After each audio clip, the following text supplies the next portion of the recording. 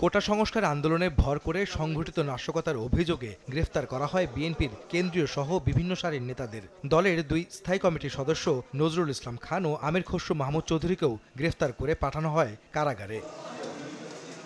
এই দুই নেতার পরিবারের সঙ্গে দেখা করতে শনিবার সকালে তাদের বাসায় যান বিএনপি মহাসচিব। কথা বলেন সাংবাদিকদের সঙ্গে। দেশের বর্তমান পরিস্থিতি নিয়ে বিএনপি মহাসচিব অভিযোগ করেন, ছাত্র জনতাকে নির্যাতন পাকিস্তানি হানাদার বাহিনীর বর্বরতাকেও হার মানিয়েছে। তারা যেভাবে হত্যা করেছে আমাদের সন্তানদেরকে, এটা অবর্ণনীয়। পাকিস্তানি হানাদার বাহিনীকেও তো হারিয়ে যাচ্ছে, চিন্তাই করা যায় না এটা। তা আমি মনে করি যে আপনার এই আন্দোলন তার বিজয়ের দ্বার প্রান্তে এসে গেছে। শিক্ষার্থীদের আন্দোলনের সমর্থন ছাড়াও দল থেকে সব ধরনের সহযোগিতা করার ঘোষণাও দেন মির্জা ফখরুল। বেশি দৃঢ়তার সঙ্গে বলতে চাই যে ছাত্রদের এই যৌক্তিক আন্দোলন, এই আন্দোলনে আমাদের শুধু সমর্থন নয়, আমাদের সর্ব রকমের সহযোগিতা সহমত তাদের সঙ্গে থাকবে। আমাদের সমস্ত দেশের সকল নেতাকর্মীকেও আমরা এই আহ্বান জানাতে চাই যে ছাত্রদের এই যৌক্তিক আন্দোলনে সকলের সর্বাত্মক সহযোগিতা প্রদান করা।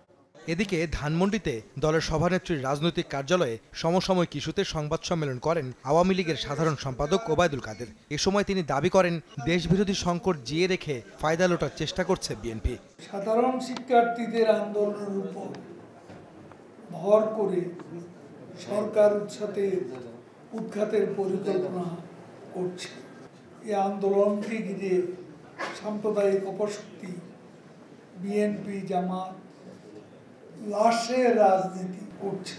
তাদের ষড়যন্ত্র উস্কানির মাধ্যমে ছাত্রদল, ছাত্র শিবিরের ক্যাডার বাহিনী সহিংসতা করে পরিস্থিতি ঘোলাটে করার অপচেষ্টা করেছে। সংকট সমাধানে আন্দোলনকারীদের সঙ্গে প্রধানমন্ত্রীর আলোচনার প্রস্তাবকে ইতিবাচক হিসেবে নেওয়ারও আহ্বান জানান আওয়ামী লীগ সাধারণ সম্পাদক। স্বয়ং প্রধানমন্ত্রী যেখানে বলছেন তার দরজা। আহমেদ সালেহীন, সময় সংবাদ, ঢাকা।